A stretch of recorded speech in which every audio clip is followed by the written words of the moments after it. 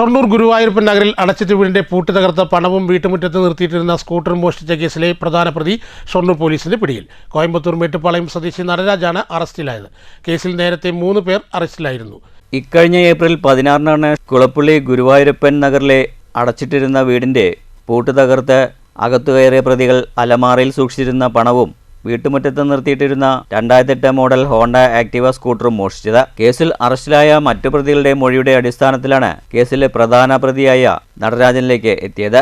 മോഷണം നടത്തിയ ശേഷം ഇയാൾ ബാംഗ്ലൂരിലേക്ക് കടന്നുകളയുകയാണ് രീതി. പോലീസ് പിന്തുടരാതിരിക്കാൻ പ്രതി മൊബൈൽ ഫോൺ ഉപയോഗിക്കാറില്ല. പ്രതിക്കായുള്ള അന്വേഷണത്തിനൊടുവിലാണ് കഴിഞ്ഞ ദിവസം കോയമ്പത്തൂർ മേട്ടുപ്പാളയത്തു നിന്നും ഇയാളെ അതിസാഹസ്യമായി പിടികൂടിയത്.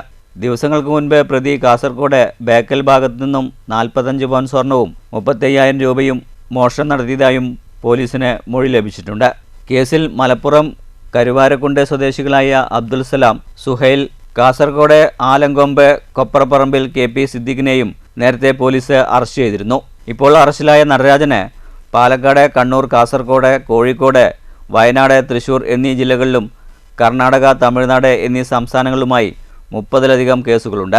ജില്ലാ പോലീസ് മേധാവി അജിത് കുമാർ IPSന്റെ നിർദ്ദേശപ്രകാരം DYSP Saju K Abraham, CIP Vishnu, SI KP Ashwin, SIമാരായ Binoy Kuriakose, Baburaj, senior civil police officer T Sajeesh, civil police ഓഫീസർമാരായ സുജീഷ് ശേഖർ, ഡിൻഡു എന്നിവരുടെ നേതൃത്വത്തിലുള്ള സംഘമാണ് പ്രതിയെ പിടികൂടിയത്.